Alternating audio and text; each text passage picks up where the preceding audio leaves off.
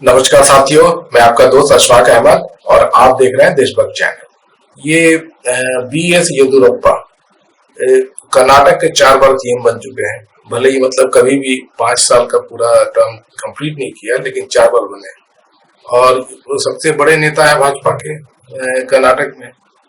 तो उनके ऊपर में पॉक्सो एक्ट, मतलब जो बच्चों के साथ में कोई अश्लील हरकत कोई करता है, उस पे लगता है पॉक्सो एक्ट। तो वो केस लगा है और ये नॉन बेलेबल होता है और ये बहुत ही गंभीर होता है। इसमें मतलब कि जेल होती है और बेल होता ही नहीं।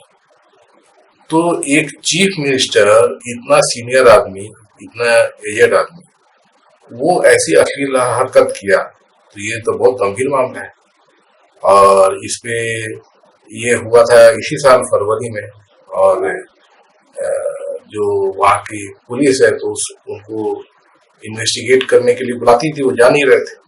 तो जो सीआईडी है तो फाइनली कोर्ट में गई, तो कोर्ट ने पॉक्सो एक्ट लगा दिया है और उनको गिरफ्तारी का वारंट जारी कर दिया है। तो वो गिरफ्तार हो जाएंगे। वैसे बेल के लिए एप्लीकेशन दिया है, लेकिन ये तो नॉन बेलेबल है ना, तो बेल तो होगा ही नहीं, सीधा जेल। तो ये कर्नाटक में ये दूसरा बड़ा हलचल है। इसके पहले प्रज्वल रेवन्ना, आपको पता है वो कितनी औरतों के साथ में बलात्कार किया, 200 से ज्यादा, और उनकी अश्लील वीडियो बना बना के उनको धमकाता था। और उसके बाद में जैसे ही उस पोल खुली तो वो भाग गया, देश छोड़ के ही भाग गया। और वो यहाँ पे कोई ये नहीं हो रहा था। फाइनली बहुत मुश्किल से अब आया है तो गिरफ्तार हुआ। और उसका पिताजी रेवन्ना, डी रेवन, वो तो पहले से ही जेल में है। और वो भी मतलब कि बाप और बेटा दोनों मिलके ऐसी गंदगी फैला रहे थे, गंदी हरकतें कर रहे थे। तो ये भाजपा का जो है ये चरित्र है। भाजपा का आप जहाँ पे जाकर देख लीजिए तो यही चीज दिखता है।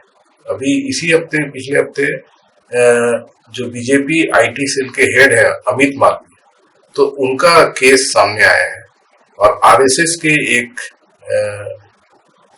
अच्छे शख्स, ऊंचे पद पे शख्स, उसने कहा कि ये जो आदमी है तो ये लड़कियां सप्लाई करता है और 5 सितारा होटलों में अरेंजमेंट करते हैं।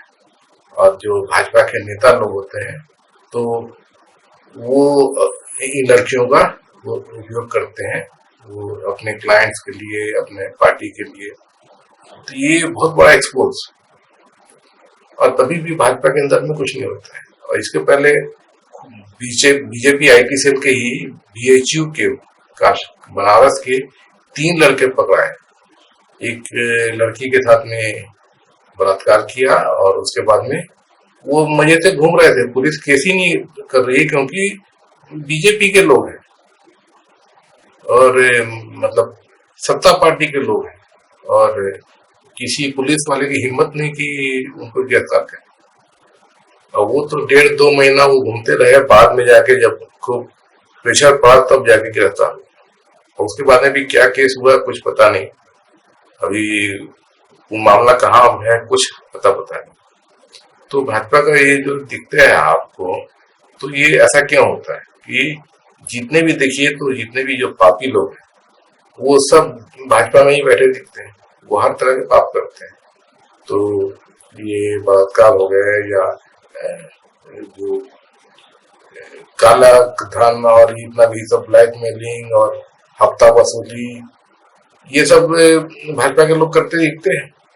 तो जो असलियत ये है कि जो इनका किंग पिन है मोदी जी, वो खुद हफ्ता वसूली में पकड़ा है। सुप्रीम कोर्ट ने पकड़ा ना, ये जो इलेक्टोरल बॉन्ड केस में, तो वहां तो साफ, एकदम साफ हो गया कि मोदी जी यही सब करने के लिए, चंदा वसूली और हफ्ता वसूली, उसके लिए इलेक्टोरल बॉन्ड स्कीम लाए थे जो पूरी तरह गैर कानूनी। तो सुप्रीम कोर्ट ने उसको खारिज कर दिया। अब इलेक्टोरल बॉन्ड जो है उसको बोला गैर कानूनी है, ये चल नहीं सकता, उसको खत्म कर दिया है। और ये इस पे मोदी जी फंस गए कि दुनिया का सबसे बड़ा घोटाला कर रहे थे, क्योंकि इलेक्टोरल बॉन्ड तो खुद मोदी जी लेके आए थे। तो क्यों लेके आए थे तो अब समझ में आ रहा है कि सबसे चंदा वसूली, हफ्ता वसूली। अब मोदी के बाद में आपको पता ही है कि हफ्ता वसूली के लिए ईडी, सीबीआई, आईटी सब मौजूद है। जितना भी चाहे वो उतना मतलब प्रेशर लगा सकते हैं, जेल भेज सकते हैं, बिना किसी सबूत के जेल में सालों साल रख सकते हैं। ये सब पावर मोदी जी के पास में है। तो लोग जो है वो फिर मजबूरी में फिर हफ्ता वसूली का दे देते हैं, चंदा दे देते हैं बीजेपी को। और इसीलिए आप देखते हैं कि बीजेपी जो है इतनी रईस पार्टी, दुनिया की सबसे रईस पार्टी कैसे बन गई। तो यही सब जो है पैसा आ रहा है, अपराध, पूरा काला धन आ रहा है इलेक्ट्रॉन बॉन्ड के द्वारा। और जो इलेक्ट्रॉन बॉन्ड नहीं भरेगा या चंदा नहीं देगा तो ईडी, सीबीआई, आईटी है, पकड़ेगी उसको, जेल में डालेगी, अपनी मजबूरी में वो देगा। तो यही सब चलता है, आपने देखा। तो ये भाजपा का पूरा चरित्र है। और इसीलिए एक बार जब चुनाव हुआ 2024 के लोकसभा, तो जनता ने जवाब दिया। और जहां जहां पे भी भाजपा मजबूत थी वहीं पे इनकी करारी हार। यूपी में बहुत बुरी हालत है इनकी, हरियाणा में है, राजस्थान में, और जो बचे हैं मध्य प्रदेश, छत्तीसगढ़ और उड़ीसा में नया इनको गढ़ मिल गया है। तो उसकी वजह क्या है? उसकी वजह है आदिवासी वोट। और आदिवासी वोट क्यों है? तो क्योंकि प्रेसिडेंट द्रौपदी मुर्मू को मोदी जी ने बनाया।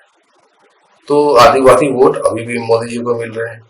बस आदिवासी वोट के जरिए ये जो आदिवासी बहुल इलाके हैं, जो उड़ीसा, झारखंड, छत्तीसगढ़, मध्य प्रदेश, तो यहाँ पर मोदी जी जीत पा रहे हैं।